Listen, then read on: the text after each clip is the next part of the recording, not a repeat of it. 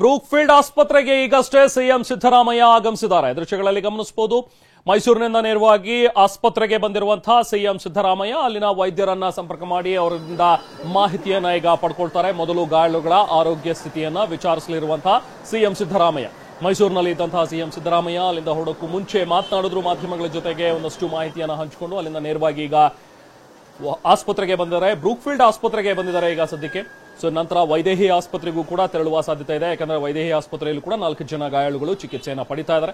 Brookfield ಆಸ್ಪತ್ರೆಗೆ ಈಗಷ್ಟೇ ಆಗಮಿಸಿರುವಂತಹ CM Siddaramaiah ಅವರನ್ನ ನೋಡ್ತಾ ಇದೀವಿ. ಗಾಯಾಳುಗಳನ್ನ ಭೇಟಿಯಾಗಿ ಅವರ ಒಂದು ಆರೋಗ್ಯವನ್ನ ವಿಚಾರಿಸಿದ್ದಾರೆ. ಈಗ ಸಿಎಂ ಸಿದ್ದರಾಮಯ್ಯ ಮಾತಾಡಿದ್ದಾರೆ. ಅವ್ರ ಜೊತೆಗೆ ಗಾಯಾಳುಗಳು ಹೇಗಿದ್ದಾರೆ, ಏನು ಕತೆ, ಅವರೆಲ್ಲದ್ರ ಬಗ್ಗೆನೂ ಕೂಡ ಅವರು ವಿಚಾರಿಸಿಕೊಂಡಿದ್ದಾರೆ. ಗಾಯಾಳುಗಳ ಪರಿಸ್ಥಿತಿಯನ್ನ ಕೂಡ ವಿಚಾರಿಸಿಕೊಂಡಿದ್ದಾರೆ ಸಿಎಂ ಸಿದ್ದರಾಮಯ್ಯ. ಈ ದೃಶ್ಯಗಳನ್ನು ತಾವೇನು ನೋಡ್ತಾ ಇದ್ರಿ, ಈಗಷ್ಟೇ ಅವರು ಆಸ್ಪತ್ರೆಗೆ ಬಂದಂತಹ ಒಂದು ದೃಶ್ಯಗಳು. ಫಸ್ಟ್ ವಿಜುವಲ್ಸ್ ಟಿವಿನಲ್ಲಿ ನೀವು ನೋಡ್ತಾ ಇದ್ದೀರಿ. ಸಿಎಂ ಸಿದ್ದರಾಮಯ್ಯ ಈಗಾಗಲೇ ಬ್ರೂಕ್ಫೀಲ್ಡ್ ಆಸ್ಪತ್ರೆಗೆ ಬಂದಿದ್ದಾರೆ. ಅಲ್ಲಿರುವಂತಹ ವೈದ್ಯರ ಜೊತೆಗೂ ಕೂಡ ಮಾತಾಡಿದ್ದಾರೆ. ಗಾಯಾಳುಗಳ ಪರಿಸ್ಥಿತಿ ಹೇಗಿದೆ, ಅವ್ರಿಗೆ ಹೇಗೆ ಚಿಕಿತ್ಸೆಯನ್ನು ಕೊಡಲಾಗ್ತಾ ಇದೆ, ಯಾರ್ಯಾರಿಗೆ ಏನೇನು ತೊಂದರೆ ಆಗಿದೆ ಅನ್ನುವಂಥದ್ರ ಬಗ್ಗೆ ಡೀಟೇಲ್ ಆಗಿ ಮಾಹಿತಿಯನ್ನ ಸಿಎಂ ಸಿದ್ದರಾಮಯ್ಯ ಕೂಡ ಪಡ್ಕೊಂಡಿದ್ದಾರೆ. ಪ್ರಮುಖವಾಗಿ ಗಾಯಾಳುಗಳನ್ನು ಭೇಟಿಯಾಗಿ ಅವರಿಗೆ ಸಾಂತ್ವನ ಹೇಳುವಂತಹ ಒಂದು ಪ್ರಯತ್ನವನ್ನು ಕೂಡ ಸಿಎಂ ಮಾಡಿದ್ದಾರೆ. ಯಾಕಂದ್ರೆ ನಿನ್ನೆ ನಡೆದಂತಹ ಒಂದು ಘಟನೆ ಏನಿದೆ, ಆ ಒಂದು ಬ್ಲಾಸ್ಟ್ ಏನಾಯಿತು, ಬೆಂಗಳೂರಿನಲ್ಲಿ ಆದಂತಹ ಒಂದು ಉಗ್ರ ಚಟುವಟಿಕೆ ಏನಾಯಿತು, ಒಬ್ಬ ಶಂಕಿತ ಉಗ್ರನ ಚಹರೆ ಕೂಡ ಈಗಾಗಲೇ ಪತ್ತೆಯಾಗಿದೆ. ಆತನನ್ನ ಹಿಡಿಯೋದಕ್ಕೂ ಕೂಡ ಪೊಲೀಸರು ಈಗ ತನಿಖೆಯನ್ನ ನಡೆಸ್ತಾ ಇದ್ದಾರೆ. ಮತ್ತೊಂದು ಕಡೆ ಈಗ ಗಾಯಾಳುಗಳ ಪರಿಸ್ಥಿತಿ, ಯಾಕಂದ್ರೆ 9 ಜನರಿಗೆ ಗಾಯಗಳಾಗಿದೆ. ಅದರಲ್ಲಿ ಕೆಲವರಿಗೆ ಸಣ್ಣ ಪುಟ್ಟ ಗಾಯಗಳು ಮಾತ್ರ ಆಗಿತ್ತು. ಹಾಗಾಗಿ ನಿನ್ನೆನೇ ಕೆಲವೊಂದಷ್ಟು ಜನರನ್ನ ಡಿಸ್ಚಾರ್ಜ್ ಮಾಡಿ ಕಳಿಸಿದ್ದಾರೆ. ಇನ್ನು ಕೆಲವೊಂದಷ್ಟು ಜನ ಇವತ್ತು ಸಂಜೆ ಡಿಸ್ಚಾರ್ಜ್ ಆಗುವಂತಹ ಸಾಧ್ಯತೆಗಳೇ. ಬಟ್ ಕೆಲವರಿಗೆ ಮಾತ್ರ ಒಂದು ಸ್ವಲ್ಪ ಜಾಸ್ತಿ ಪೆಟ್ಟಾಗಿದೆ. ಕೆಲವರಿಗೆ ಕಿವಿ ಪೆಟ್ಟಾಗಿರುವಂತದ್ದನ್ನ ಗಮನಿಸ್ತಾ ಇದ್ವಿ. ಕೆಲವೊಂದಷ್ಟು ಜನಕ್ಕೆ MRI ಕೂಡ ಮಾಡಬೇಕಾದಂತಹ ಒಂದು ಪರಿಸ್ಥಿತಿ ಬಂತು. So CT scan, MRI scan ಏನೇನು ರಿಕ್ವೈರ್ಮೆಂಟ್ ಇದೆಯೋ ಅದೆಲ್ಲವನ್ನೂ ಕೂಡ ಈಗಾಗಲೇ ವೈದ್ಯರು ಮಾಡಿದ್ದಾರೆ. ಕೆಲವರಿಗೆ ಸ್ವಲ್ಪ ಜಾಸ್ತಿ ಪ್ಯಾನಿಕ್ ಆಗಿರೋದ್ರಿಂದಾಗಿ ಅವರುಗಳಿಗೆ ತೊಂದರೆ ಜಾಸ್ತಿ ಆಗಿದೆ ಅನ್ನುವಂಥದ್ದನ್ನ ವೈದ್ಯರು ಕೂಡ ಮಾಹಿತಿಯನ್ನು ನೀಡಿದರು.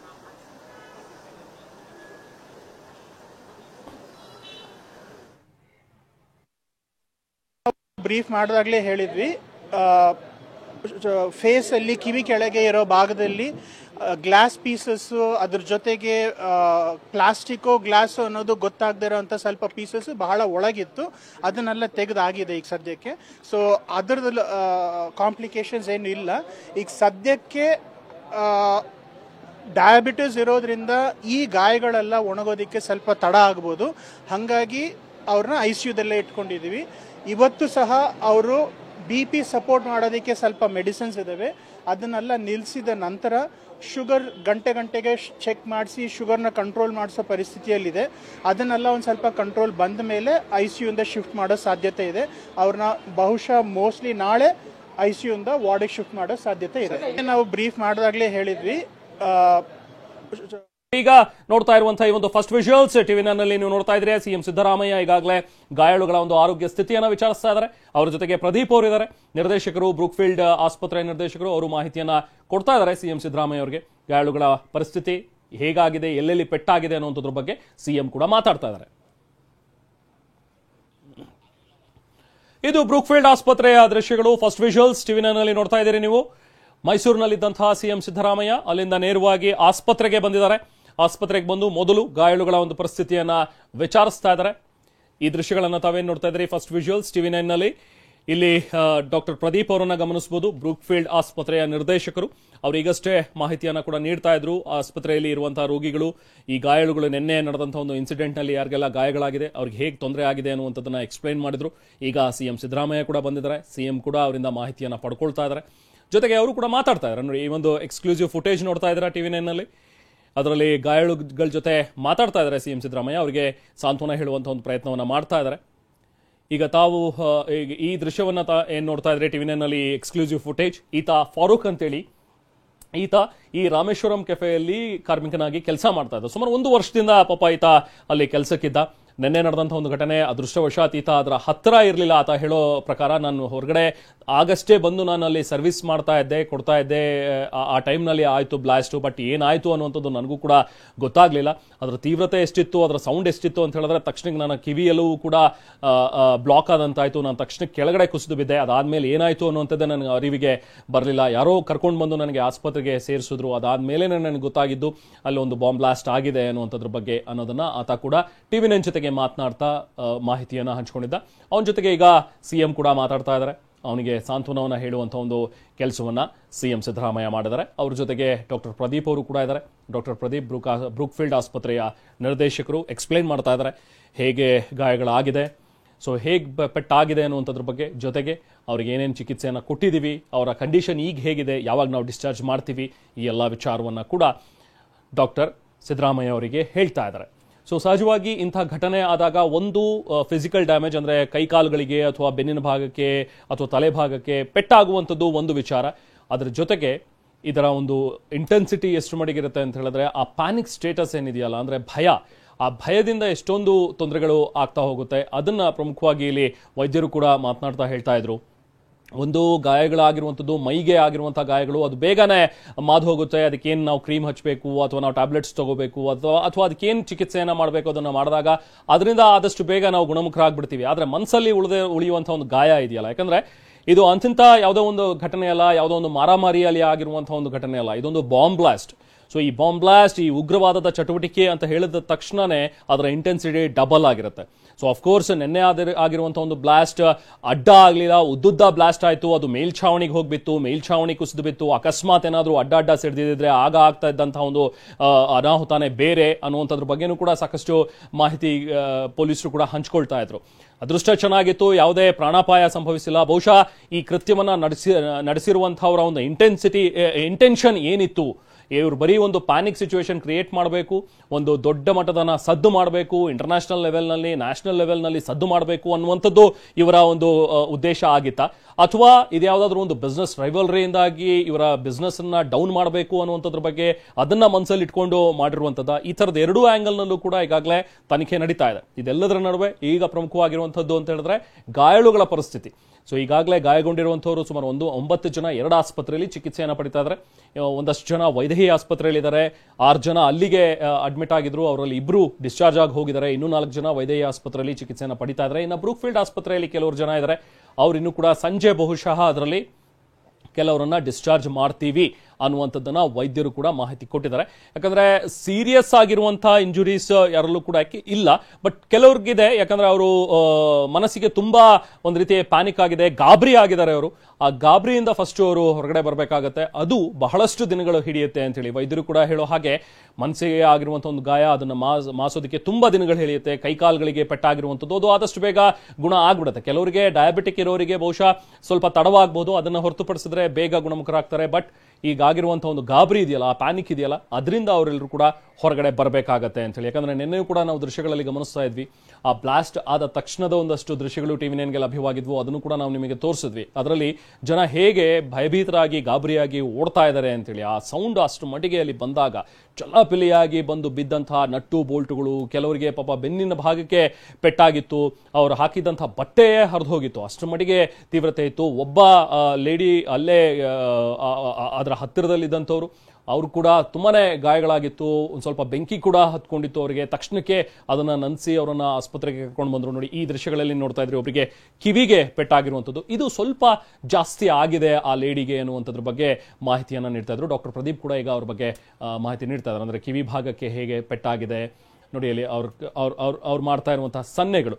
ಸೊ ಅಲ್ಲಿ ಆ ಬ್ಲಾಸ್ಟ್ನಲ್ಲಿ ಬಳಸಿರುವಂತಹ ಈ ನಟ್ಟು ಬೋಲ್ಟ್ಗಳೇನಿರುತ್ತಲ್ಲ ಅಥವಾ ಗಾಜಿನ ಪೀಸ್ಗಳೇನಿರುತ್ತಲ್ಲ, ಅದೆಲ್ಲವೂ ಕೂಡ ಎಲ್ಲೆಲ್ಲಿಗೆ ಬಂದು ತಾಗಿದೆ, ಅದೆಲ್ಲವನ್ನೂ ಕೂಡ ನಾವು ರಿಮೂವ್ ಮಾಡಿದ್ದೀವಿ ಅನ್ನುವಂಥದ್ರ ಬಗ್ಗೆ ಅವರು ಎಕ್ಸ್ಪ್ಲೇನ್ ಮಾಡ್ತಾ ಇದ್ದಾರೆ. ಈಗಷ್ಟೇ ಮಾಧ್ಯಮಗಳ ಜೊತೆಗೂ ಕೂಡ ಅವ್ರು ಮಾತನಾಡ್ತಾ ಹೇಳ್ತಾ ಇದ್ರು, ಅಂದರೆ ಮುಖದ ಭಾಗದಲ್ಲಿ, ಕಿವಿಯ ಕೆಳಭಾಗದಲ್ಲಿ ಒಂದಷ್ಟು ಗಾಜಿನ ಪೀಸ್ಗಳಿದ್ವು, ಅದೆಲ್ಲವನ್ನೂ ಕೂಡ ನಾವು ಸರ್ಜರಿ ಮಾಡಿ ತೆಗೆದಿದ್ದೀವಿ. ಸದ್ಯಕ್ಕೆ ಅವ್ರ ಪರಿಸ್ಥಿತಿ ಯಾವುದೇ ರೀತಿ ತೊಂದರೆ ಇಲ್ಲ, ಆರಾಮವಾಗಿದ್ದಾರೆ, ಅವರನ್ನು ಆದಷ್ಟು ಬೇಗ ನಾವು ಡಿಸ್ಚಾರ್ಜ್ ಮಾಡ್ತೀವಿ ಅನ್ನುವಂಥದ್ದನ್ನು ಕೂಡ ಹೇಳಿದರು. ಸೊ ಈಗ ಎಲ್ಲ ಗಾಯಾಳುಗಳ ಪೈಕಿ ಸ್ವಲ್ಪ ಹೆಚ್ಚಿನ ಮಟ್ಟಿಗೆ ಗಾಯಗೊಂಡಿದ್ದಾರೆ ಅಂತ ಹೇಳಿದ್ರೆ ಇವರೇನೆ. ಈಗ ತಾವು ನೋಡ್ತಾ ಇರುವಂತಹ ಒಂದು ದೃಶ್ಯಗಳಲ್ಲಿ ಅವರಿಗೆ ಅವರ ಬಲಭಾಗದಲ್ಲಿ ಅವರ ಕಿವಿಯ ಭಾಗ ಜೊತೆಗೆ ಒಂದಷ್ಟು ಕಿವಿಯ ಕೆಳಗಡೆ ಭಾಗ ಅಲ್ಲೆಲ್ಲವೂ ಕೂಡ ಗ್ಲಾಸ್ಗಳು ತಾಕಿದ್ವು. ಸೊ ತೊಂದರೆ ಸ್ವಲ್ಪ ಜಾಸ್ತಿ ಆಗಿತ್ತು ಇವರಿಗೆ, ತಕ್ಷಣಕ್ಕೆ ಚಿಕಿತ್ಸೆ ಸಿಕ್ಕಿದೆ. ಸೊ ಹಾಗಾಗಿ ಅವರು ಪ್ರಾಣಾಪಾಯದಿಂದ ಪಾರಾಗಿದ್ದಾರೆ ಅನ್ನುವಂಥ ಒಂದು ವಿಚಾರವನ್ನು ಕೂಡ ಈಗ ಡಾಕ್ಟರ್ ಪ್ರದೀಪ್ CM ಸಿದ್ದರಾಮಯ್ಯ ಅವರ ಜೊತೆಗೆ ಹಂಚಿಕೊಳ್ತಾ ಇರುವಂತಹ ಈ ದೃಶ್ಯಗಳು. ಗಾಯಾಳು ಬ್ರೂಕ್ಫೀಲ್ಡ್ ಆಸ್ಪತ್ರೆಯಲ್ಲಿ ಈಗ ಏನು ಚಿಕಿತ್ಸೆ ಪಡಿತಾ ಇದ್ದಾರೆ, ಇವರ ಹೆಸರು ಸ್ವರ್ಣಮ್ಮ ಅಂತ ಹೇಳಿ. ನಿಮಗೆ ನಾವು ಡೀಟೇಲ್ಸ್ ಕೆಳಗಡೆ ನಾವು ಕೊಡ್ತಾ ಇದ್ದೀವಿ, ಗಮನಿಸಬಹುದು. ಸುಮಾರು 40-41 ವರ್ಷ ಪ್ರಾಯದ ಹೆಂಗಸು ಇವರು, ಸ್ವರ್ಣಮ್ಮ ಅಂತ ಹೇಳಿ. ಅವರಿಗೆ ಈಗ ಚಿಕಿತ್ಸೆಯನ್ನು ಏನು ನೀಡಲಾಗ್ತದೆ ಬ್ರೂಕ್ಫೀಲ್ಡ್ ಆಸ್ಪತ್ರೆಯಲ್ಲಿ. ಅವರ ಜೊತೆಗೆ ಈಗ ಮಾತಾಡ್ತಾ ಇದ್ದಾರೆ CM ಸಿದ್ದರಾಮಯ್ಯ.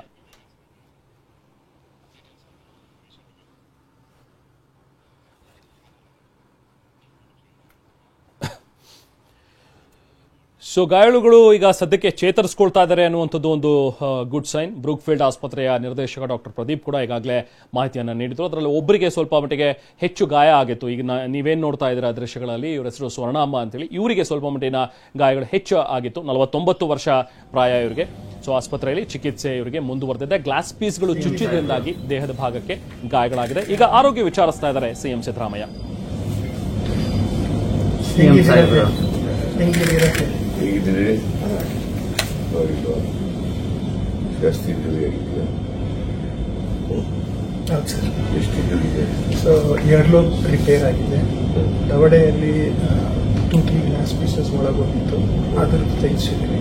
ಫ್ಲಾಪ್ ಸರ್ಜರಿ ಅನ್ನೋದನ್ನು ಮಾಡಿದ್ದೀವಿ. ಚೆಸ್ಟ್ ಅಲ್ಲಿ ಸ್ಕಿನ್ ಲಾಸ್ ಆಗಿತ್ತು. ಯಾರನ್ನ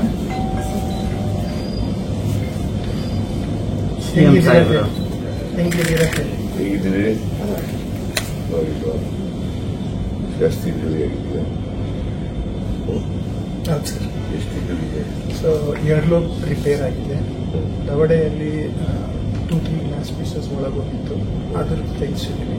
ಫ್ಲಾಪ್ ಸರ್ಜರಿ ಅನ್ನೋದನ್ನು ಮಾಡಿದ್ದೀವಿ. ಚೆಸ್ಟ್ ಅಲ್ಲಿ ಸ್ಕಿನ್ ಲಾಸ್ ಆಗಿತ್ತು. ಯಾರನ್ನ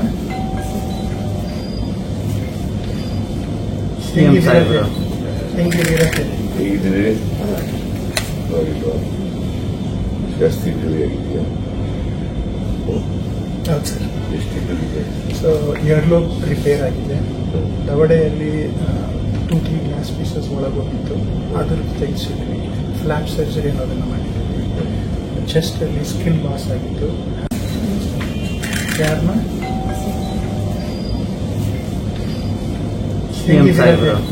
ಹೆಂಗಿದ್ದೀರಾ? ಹೇಗಿದ್ದೀರಿ? ಜಾಸ್ತಿ ಇಂಜುರಿ ಆಗಿದೆಯಾ? ಹೌದು ಸರ್. ಎಷ್ಟು ಇಂಜುರಿ ಇದೆ? ಸೊ ಇಯರ್ಲೋಬ್ ರಿಪೇರ್ ಆಗಿದೆ. ದವಡೆಯಲ್ಲಿ 2-3 ಗ್ಲಾಸ್ ಪೀಸಸ್ ಒಳಗೋಗಿತ್ತು, ಅದ್ರದ್ದು ತೆಗೆಸಿದ್ವಿ. ಫ್ಲಾಪ್ ಸರ್ಜರಿ ಅನ್ನೋದನ್ನು ಮಾಡಿದ್ದೀವಿ. ಚೆಸ್ಟ್ ಅಲ್ಲಿ ಸ್ಕಿನ್ ಲಾಸ್ ಆಗಿತ್ತು. ಯಾರನ್ನ ಸಿಎಂ ಸಿದ್ದರಾಮಯ್ಯ ಅವರು ಮಾತಾಡ್ತಾ ಇರುವಂಥದ್ದನ್ನು ನೋಡ್ತಾ ಇದ್ವಿ. ಸಹಜವಾಗಿ ಅವರಿಗೆ ಈಗಾಗಲೇ ಫ್ಲಾಪ್ ಸರ್ಜರಿ ಮಾಡಿದ್ದೀವಿ ಅನ್ನುವಂಥದ್ದನ್ನು ಡಾಕ್ಟರ್ ಕೂಡ ಹೇಳಿದ್ರು. ಸೊ ಹಾಗಾಗಿ ಒಂದು ಸ್ವಲ್ಪ ಇಂಜೆಕ್ಷನ್ಸ್ ಅವೆಲ್ಲವನ್ನು ಕೊಟ್ಟಿರ್ತಾರೆ, ಸೆಡೇಷನ್ನಲ್ಲಿ ಇರ್ತಾರೆ. ಅವ್ರು ಯಾರು ಬಂದಿದ್ದಾರೆ ಅನ್ನುವಂಥದ್ದು ಪಾಪ ಅವ್ರಿಗೆ ಗುರುತಿಡಿಯೋದಕ್ಕೆ ಕಷ್ಟವಾಗ್ತಾ ಇತ್ತು ಸ್ವರ್ಣಾಂಬ ಅವರಿಗೆ. ವೈದ್ಯರು ಅವ್ರನ್ನ ಹೇಳಿದ್ರು, ನೋಡಿ ಸಿಎಂ ಬಂದಿದ್ದಾರೆ, ಸಿಎಂ ಸಿದ್ದರಾಮಯ್ಯ ಅವರು ಮಾತಾಡ್ತಾ ಇದ್ದಾರೆ ಅಂತೇಳಿ. ಸಿದ್ದರಾಮಯ್ಯ ಅವರು ಕೂಡ ವಿಚಾರಿಸಿದ್ದಾರೆ ಅವ್ರಿಗೆ ಹೇಗಿದ್ದೀರಿ ಅಂತೇಳಿ. ಸೊ ವೈದ್ಯರು ಹೇಳ್ತಾ ಇದ್ರು, ಅಂದರೆ ಎಲ್ಲೇ ಲೇಟ್ ಆಗಿದೆ ಅಂದರೆ ಇಯರ್ ಲೂಪ್ ಅಂದರೆ ಕಿವಿಗೆ ಪೆಟ್ಟಾಯಿತು. ಸೊ ಕಿವಿಯ ಕೆಳಭಾಗದಲ್ಲಿ ದವಡೆಯ ಭಾಗದಲ್ಲೂ ಕೂಡ ಒಂದು 2-3 ಗ್ಲಾಸಸ್ ಪೀಸಸ್ ಇದ್ವು, ಅದನ್ನು ನಾವು ತೆಗೆದಿದ್ದೀವಿ ಅಂತ ಹೇಳಿ. ಹಾಗೆ ಬಲಭಾಗದ ಒಂದು ಚೆಸ್ಟ್ನಲ್ಲೂ ಕೂಡ ಅವರಿಗೆ ಒಂದು ಸ್ವಲ್ಪ ಸುಟ್ಟ ಗಾಯಗಳಾಗಿತ್ತು, ಅದಕ್ಕೂ ಕೂಡ ನಾವು ಈಗಾಗಲೇ ಚಿಕಿತ್ಸೆಯನ್ನು ಕೊಟ್ಟಿದ್ದೀವಿ. ಈಗ ಚೇತರಿಸ್ಕೊಳ್ತಾ ಇದ್ದಾರೆ ಅನ್ನುವಂಥದ್ದನ್ನು ಹೇಳಿದರೆ, ಇನ್ನೇನು ಬಹುಶಃ ನಾಳೆ ಸ್ವರ್ಣಾಂಬ ಅವರನ್ನ ವಾರ್ಡ್ಗೆ ಶಿಫ್ಟ್ ಮಾಡ್ತೀವಿ, ಅದಾದ್ಮೇಲೆ ಅವರ ಕಂಡೀಷನ್ ನೋಡಿಕೊಂಡು ಅವರನ್ನ ಡಿಸ್ಚಾರ್ಜ್ ಮಾಡ್ತೀವಿ ಅನ್ನುವಂಥದ್ದನ್ನು ವೈದ್ಯ ಪ್ರದೀಪ್ ಅವರು ಕೂಡ ಮಾಹಿತಿಯನ್ನು ನೀಡಿದ್ದಾರೆ. ಸೊ ಹೀಗೆ ಈಗಾಗಲೇ ಬ್ರೂಕ್ಫೀಲ್ಡ್ ಆಸ್ಪತ್ರೆಗೆ ಬಂದಿರುವಂತಹ ಸಿಎಂ ಸಿದ್ದರಾಮಯ್ಯ ಗಾಯಾಳುಗಳ ಒಂದು ಪರಿಸ್ಥಿತಿಯನ್ನ ವಿಚಾರಿಸ್ತಾ ಇದ್ದಾರೆ. ಖುದ್ದು ಅವರೇ ಅವ್ರ ಜೊತೆಗೆ ಮಾತನಾಡಿ ಸಾಂತ್ವನವನ್ನು ಹೇಳುವಂತಹ ಒಂದು ಪ್ರಯತ್ನವನ್ನ ಸಿಎಂ ಸಿದ್ದರಾಮಯ್ಯ ಮಾಡಿದ್ದಾರೆ. ಈಗ ಹೊರಗಡೆ ಬರ್ತಾ ಇರುವಂತಹ ಒಂದು ದೃಶ್ಯ, ಸಿಎಂ ಸಿದ್ದರಾಮಯ್ಯ ಈಗಾಗಲೇ ಗಾಯಾಳುಗಳನ್ನ ಅವರ ಪರಿಸ್ಥಿತಿಯನ್ನು ವಿಚಾರಿಸಿ ಗಾಯಾಳುಗಳ ಜೊತೆಗೆ ಮಾತಾಡಿ ಈಗ ಹೊರಗಡೆ ಬರ್ತಾ ಇದ್ದಾರೆ. ಬ್ರೂಕ್ಫೀಲ್ಡ್ ಆಸ್ಪತ್ರೆಯಿಂದ ಹೊರಗಡೆ ಬರ್ತಾ ಇರುವಂತಹ ಸಿಎಂ ಸಿದ್ದರಾಮಯ್ಯ ಅವರನ್ನ ನೋಡ್ತಾ ಇದ್ವಿ. ಇನ್ನೇನು ಕೆಲವೇ ಹೊತ್ತಿನಲ್ಲಿ ಮಾಧ್ಯಮದ ಜೊತೆಗೆ ಮಾತನಾಡ್ತಾರೆ. ಬಹುಶಃ ಏನೇನು ಒಳಗಡೆ ನೋಡಿದ್ವಿ, ಏನು ಗಾಯಾಳುಗಳ ಪರಿಸ್ಥಿತಿ ಹೇಗಿದೆ, ಅದೆಲ್ಲದ್ರ ಬಗ್ಗೆನೂ ಕೂಡ ಸಿಎಂ ಈಗ ಮಾತನಾಡಲಿಕ್ಕಿದ್ದಾರೆ. ಅವ್ರ ಜೊತೆಗೆ ಡಾಕ್ಟರ್ ಪ್ರದೀಪ್ ಅವರು ಕೂಡ ಇರುವಂಥದ್ದನ್ನು ನೋಡ್ತಾ ಇದ್ವಿ. ಎಸ್.